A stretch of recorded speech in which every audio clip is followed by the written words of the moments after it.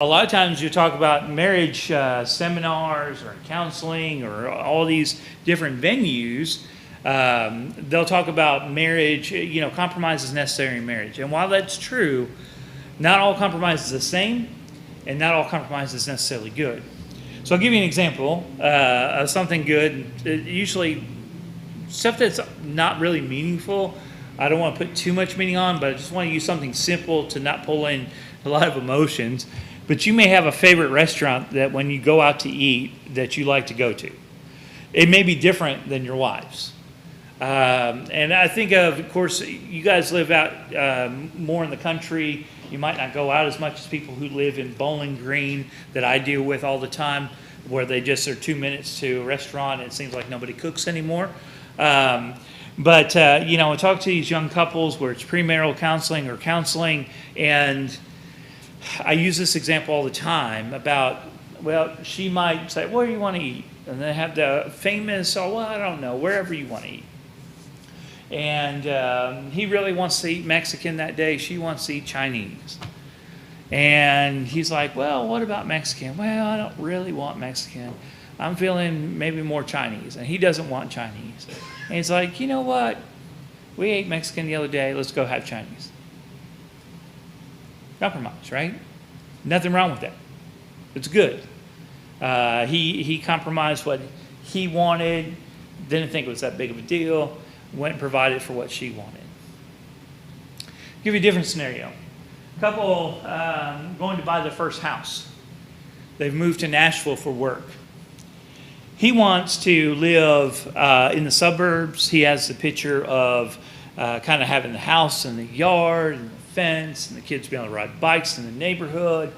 She loves, and she grew up in the city, she wants to be basically as close to downtown as she can be in an apartment where she can walk everywhere she wants to go because she doesn't like to drive.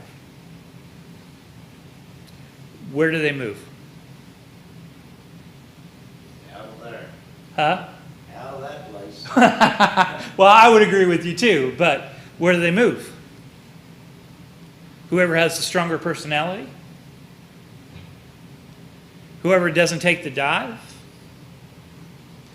Okay, so let's say, okay, he wants to be the good husband and say, you know what, we'll move into town. He moves into town, and they get an apartment. She's happy. She gets to walk everywhere she wants to go. All of her life is kind of confined into that place. Every day as he's trying to get into his car and leave town and go to the outside of town where he works, and he's stuck in traffic, and he's having to deal with all the lights and all the craziness of downtown Nashville, and he's thinking, boy, this is a really good choice of where we moved, right? No, what's he thinking? I hate this. So she's going around her, she's happy and can be and whatever. Now he's going to come home and say, you know what, dear, I know we moved here, but I really don't like this. It's really a hassle going to work every day, dealing with the traffic. I'm not happy and all that. That's the conversation he has and comes home and has, right?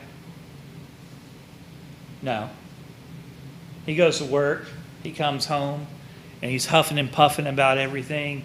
And instead of having that conversation, they have the conversation where she says, can you take the trash out? And he blows off and says, I've worked all day. Can I just sit down for a minute, whatever? Not actually because he's mad about being asked to take out the trash, but because he's been mad since that morning because he's living somewhere he doesn't want to live. Because he compromised things that were important to him. Being able to compromise is really important. I'm going to use the word flexibility, which I think is a better term, but I'll use them interchangeably. But not all compromise is the same. And being able to make healthy compromise and knowing and understanding that and being able to see that, you may have this down, and I hope that if I share something that and that you feel you do well, that you'll make sure that you model that and share that for the people that are around you, whether it's your adult kids or whether it's siblings or whether it's nieces and nephews, because I'm going to tell you from doing counseling over the years, if you don't know, I still work full-time basically with Three Forks as minister. I'm the school counselor at FCA, and then I do counseling part-time on the side because I really like to not have any time for myself. But what ends up happening, I don't advertise it. I have a preacher call up, well, can you meet with this person? That's the scenario. And most of the time it's young couples. Most of the time it's around the 5 to 10 year range. And it's because they've compromised and so forth, and they saw it as a good thing, and then they don't understand why they're so frustrated, and why they're starting to carry so much resentment to their partner, and why they don't talk. They just argue all the time. There's a study, and you may be aware of this term or not, but there's a group, and the program is called Prepare and Enrich. Prepare, it's a kind of a faith-based program. Prepare is supposed to be like a premarital counseling, coaching type program. And Enrich is supposed to be kind of like what we're doing today, for married couples. It's a really good program. There's a lot of good in it. It's an expensive program. There's some things I have differences of opinion on, but there's a lot of really good stuff in it. They did a big, huge national survey about 10 years ago, maybe a little bit more than that now, but in which they were talking about all these things with marriages, happy couples versus unhappy couples, content couples versus kind of couples that are together but they're miserable and so forth. And they came up and they talked about the idea of what was most important. By the way, and I failed to mention that, the most important one, 92%, was good communication. But this was 70-some%. Couple flexibility came up. Was the second most important category distinguishing happy and unhappy couples. 78% of happily married couples agree that they were creative in how they handled differences, whereas about half of unhappy couples agree on this item. In other words, they said they were unhappy, but they said, no, we're pretty good at working out things. The actual number of the whole group puts that at about 15%, by the way. 15% were unhappy, yet felt like they compromised and were flexible. This is a significant observation, and one that should help us provoke, that deeper conversation. And why is that? And then how can we take that, knowing that, and use it? So as we're looking at this, one of the things that, again, I probably should have made two, and just had the more verbose one to give, and then have the details one for this. But when we're thinking about flexibility, we're thinking about the ability not just to compromise where we eat or where we live, but we're talking about the ability to compromise within making decisions and to deal with problems. So it's not just on choosing left or right or one or two. It carries into conflict and so forth, which we'll get to in the next lesson, but it's really important to understand. Let's go back to our example that I made up, because it's somewhat related to a couple I've worked with, but I changed a lot of details, obviously, for their confidentiality. So what if they had this conversation to start with, as they're talking about where should we live? We've just gotten married. We're moving to Nashville. He's got a big job. She's got a job down there. They're ready to make this. They know they're moving to Nashville. Everybody's on the same page. He wants to live out a little bit away from town, maybe in Gallatin, maybe somewhere. I think it's a little bit closer for him to work. She wants to live in town. She could live out there. She could get her job. She has a location there, but she loves living in town where she can walk to everything. She thinks that's wonderful. She likes to be able to walk to different little dining places and whatever, and listen to music. And once they sat down and said, okay, what's really important to me and where we live is a place where our kids can grow up and be able to ride their bikes. Well, what's really important to me is being able to walk and to enjoy things. Something I really don't want to deal with, if I can avoid it, is a lot of traffic. It really puts me in a bad mood. It's really hard to overcome the day. Well, the thing I really don't like to do is drive a lot. I'd really rather walk.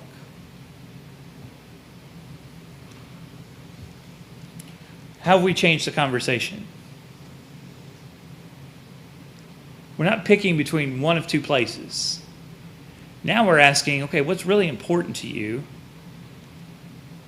And what's something that you really don't want to deal with?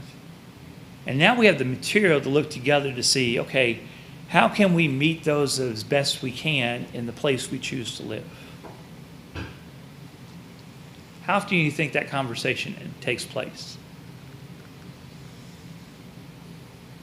My experience is not very often. So we start off with the idea of communicating, right?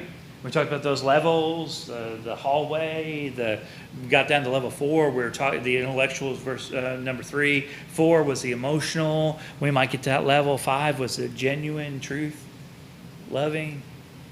Get down to the truth level. Really, what's going on here? What's really important to me? Now we make a decision. So they compromise on some things. Let's say they move to the suburbs. They move into a place where there's a lot of things that's right there, kind of like the hub they're building in Bowling Green. They're out there, but there's a lot of amenities right there that she can walk to, and it's not that far of a drive to work. It's just a couple minutes. He's closer. There's less traffic. There's still traffic down there. And now, what does their life look like? He's not starting off every morning hotter than a hornet, going to work where everybody gets in a better mood, and then going home and unloading all that anger in whatever the silly question or thought or the item was that was placed in front of him. She's not. If we would have gone to the first scenario and said the opposite, they chose to, maybe he had the stronger personality or the more winning argument or whatever, and they moved to the suburbs, and then she's driving into town and she's miserable because she's missing out on these opportunities. I could have just walked there if I was. See, that's the thing. When you start getting irritated, then you start pulling out details, right? And then you start blaming. Remember what we talked about? The idea of blaming is that avoidance and is bad communication. So now it's his fault. It builds what we call as and identify as resentment. I'm not having the things I want because of Joe. I'm not having the things I want because of Jane. How long does that go before that becomes a problem? Not very long. Most starting out marriages, you know how long they last today?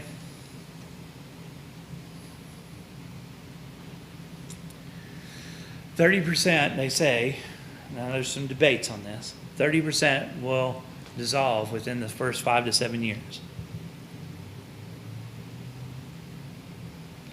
Was it because, they didn't really like each other like they thought they liked each other?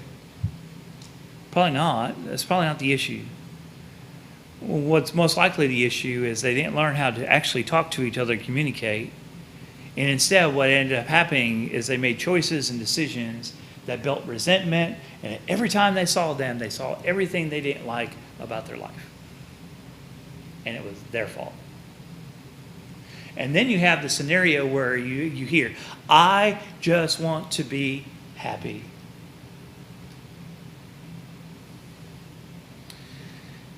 It happens over and over again. And again, as we look out at this crowd, I'm not making a judgment on your marriage, my marriage, whatever. And when we go through these things, if you feel like you're doing well in these things, then don't take it as I'm suggesting you're not. Be reminded that I'm bringing these things up to you, not just from the point that we're having a class, but I sit down with couples and I deal with students whose parents are dealing with these things, and I see it every day. Tiffany goes to work and she sees it every day. Be that good influence on them. Young couples here at Center or wherever you're at, be a good influence on them. Remind them, share those things with them, be open with them.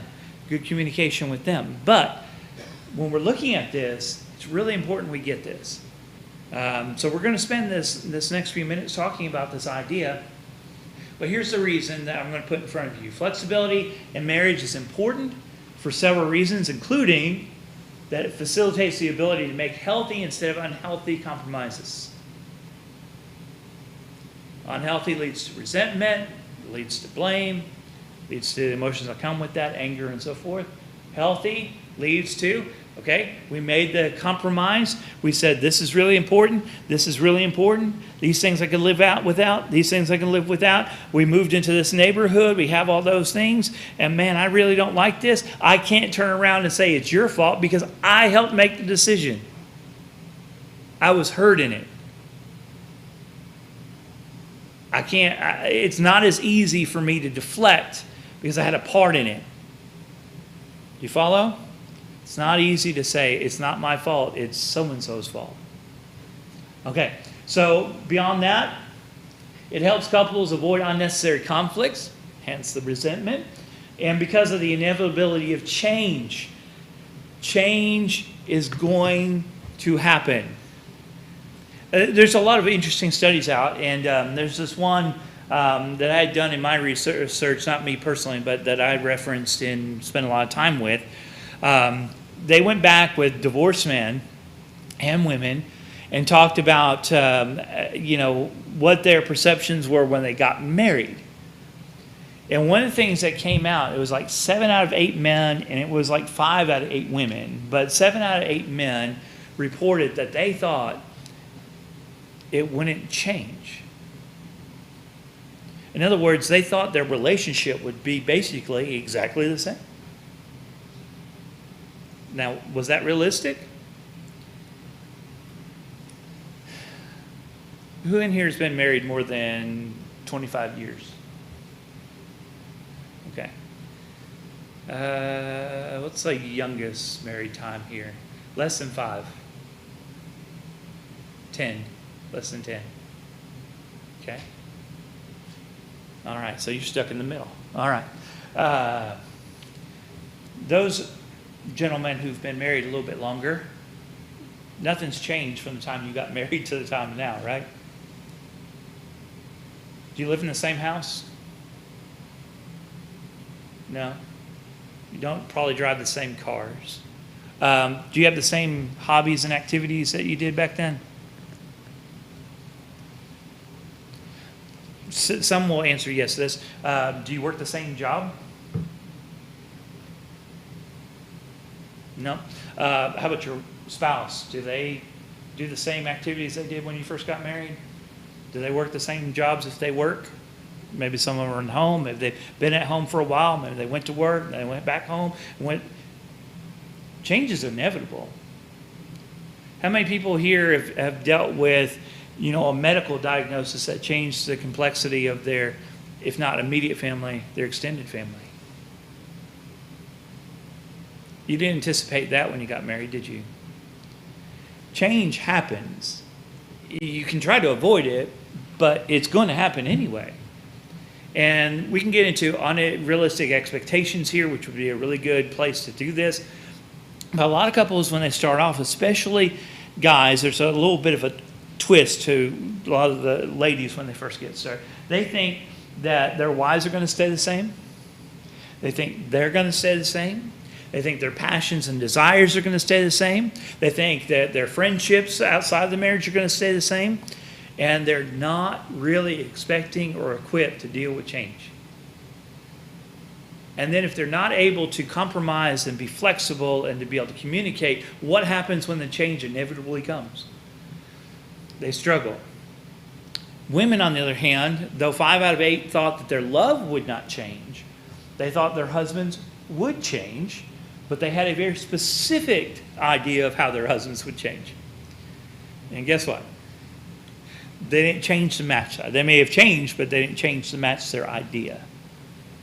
Now, I bring that up, and we can talk about numbers and research and all that, and it all comes down to individual families, but there's significant overlap in the idea of being able to face change and be able to make compromise and decisions and to be flexible to deal with things that come and go, and being rigid and building resentment and all those things which leads to distance, dissatisfaction, which further makes communication, you understand, the further you go down that road, communication becomes less and less.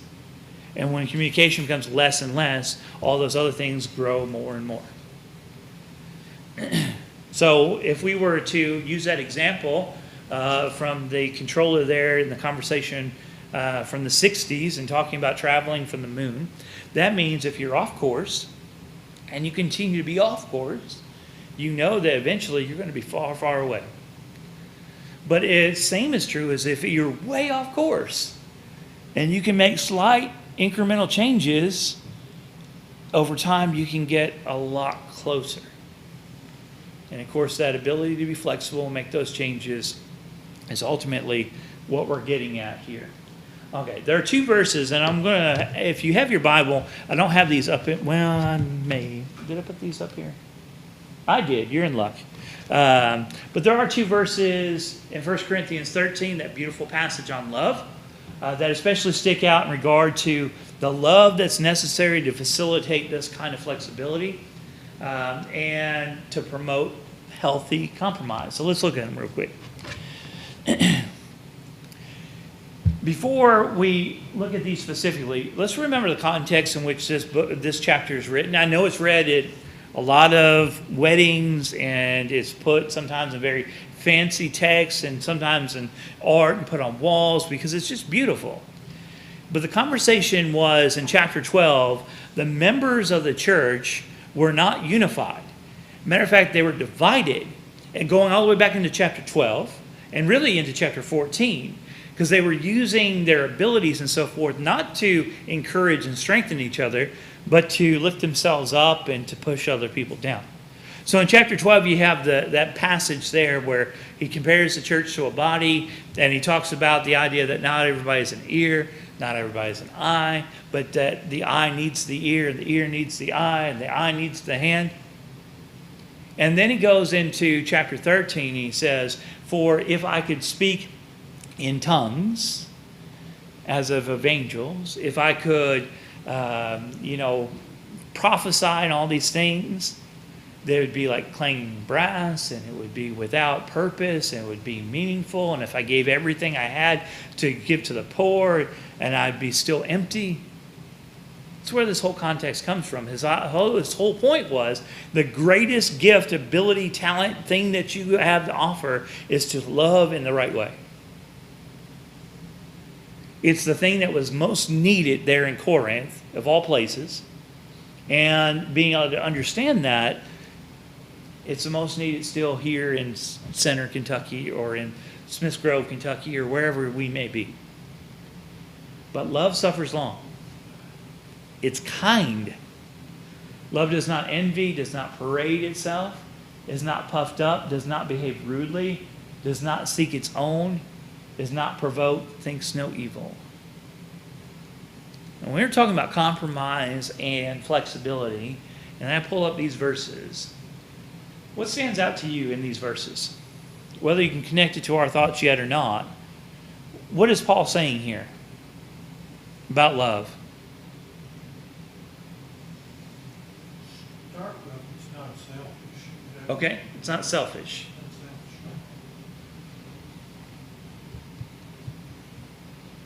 So, envy, parade itself, puffed up, rude. What kind of picture is that if a person is those things?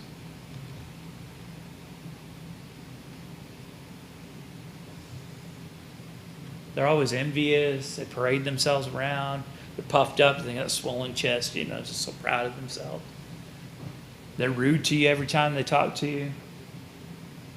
Very selfish. Is that a person you want to spend a whole lot of time with? I mean, just someone at work like that.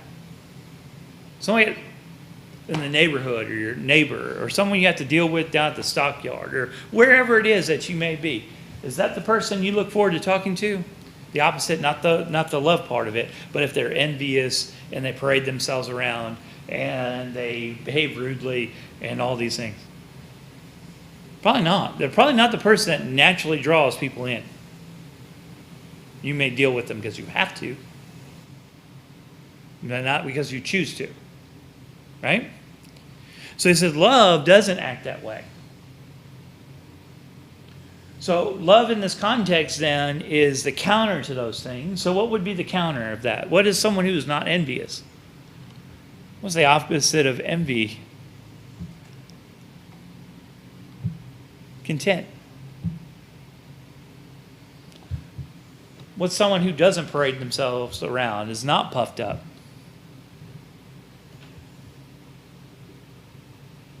It's the opposite of pride. Humility, meekness. What about someone who behaves rudely? Well, that's the first one, right? They're just kind. I think about being polite, but I don't know if that's necessarily. Yeah, well, you won't have to have exact word. We're just trying to get that picture. Then what is love saying here? But he says that love suffers long and is kind. That is the opposite of those things. Suffers long and is kind. The idea of suffering is not meant to say we need to torture ourselves, but the idea is that we hold up under the strain. Now, the strain itself doesn't make us loving. It's how we held up underneath it.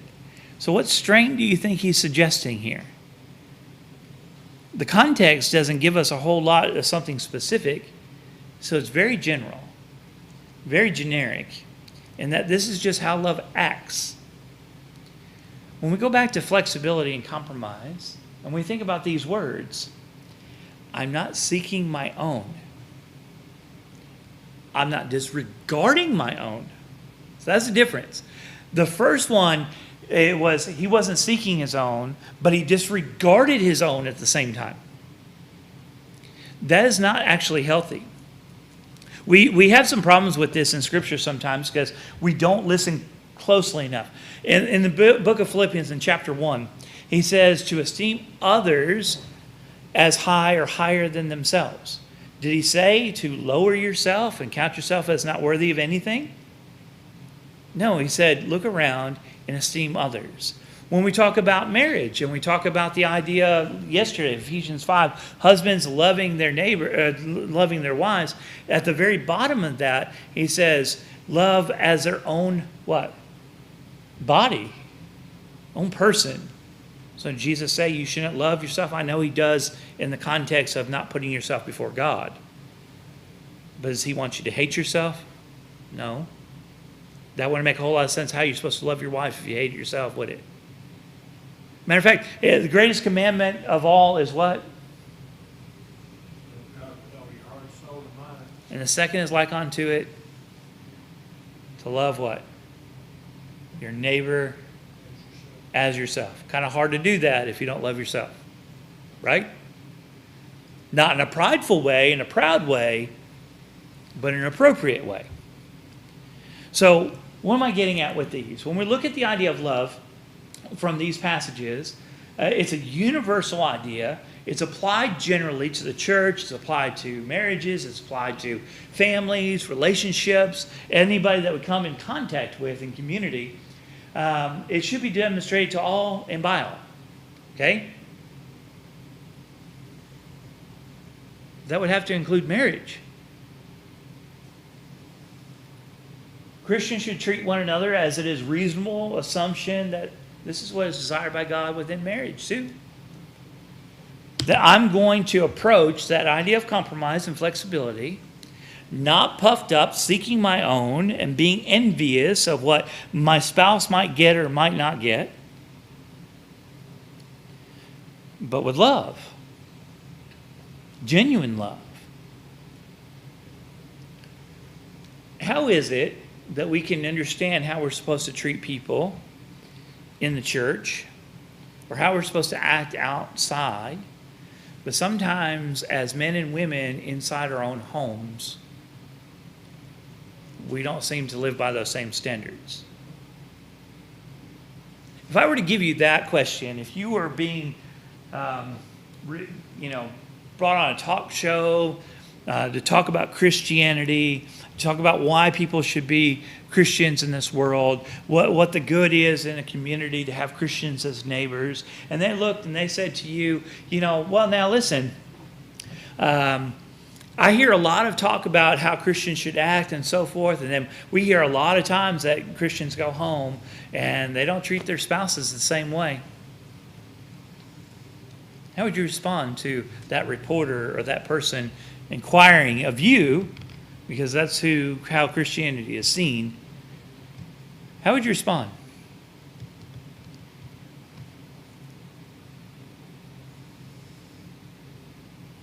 There's no right or wrong answer. I'm just curious.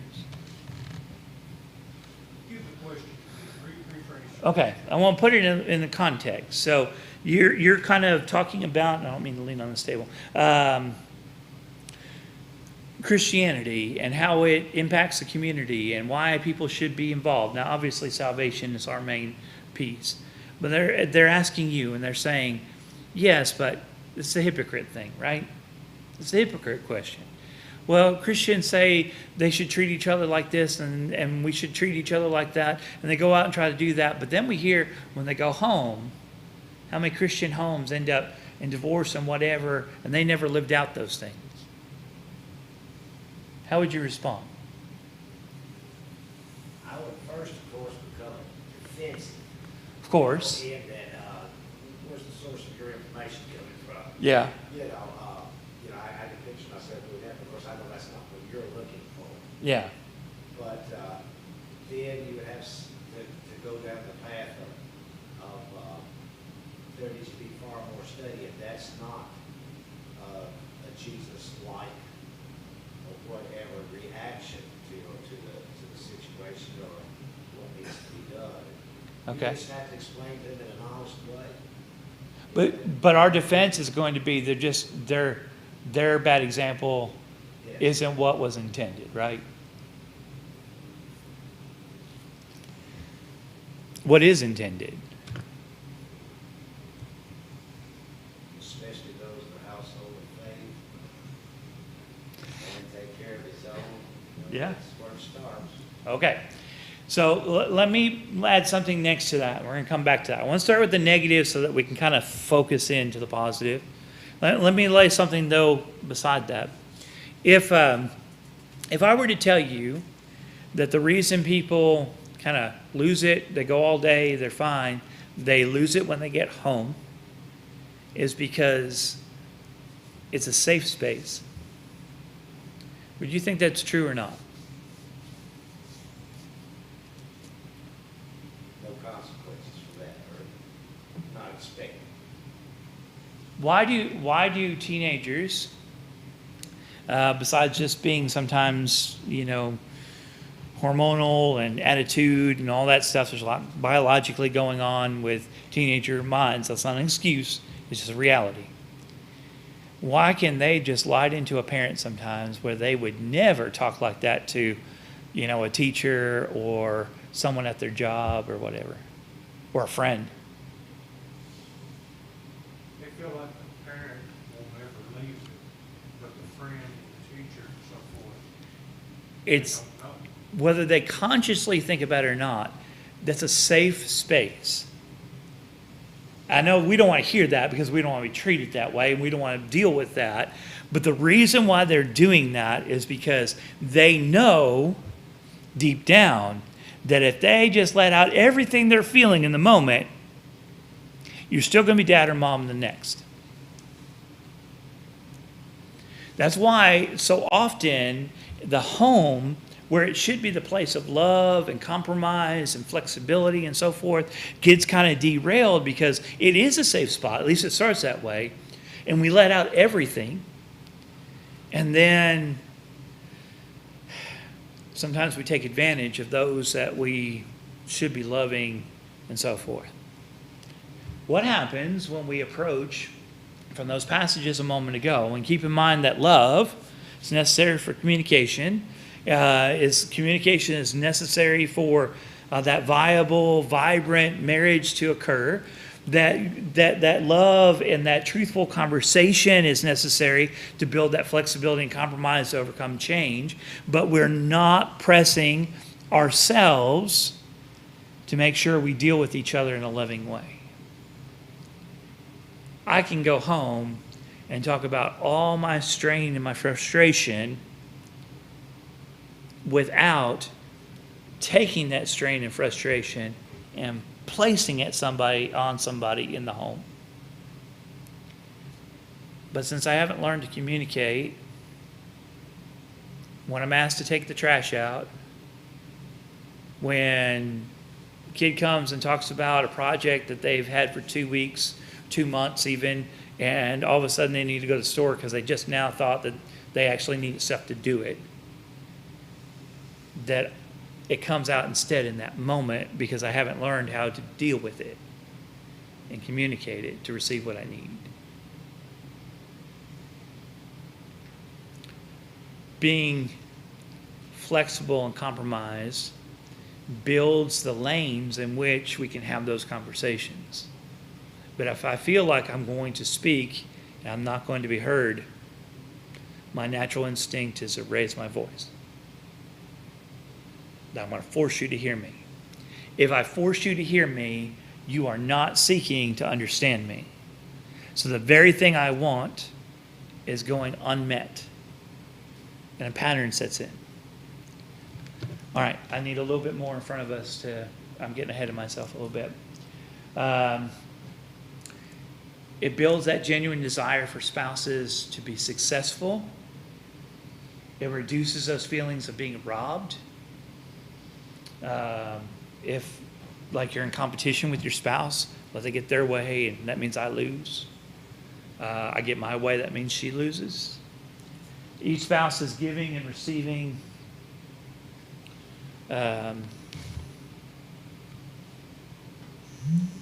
Oops.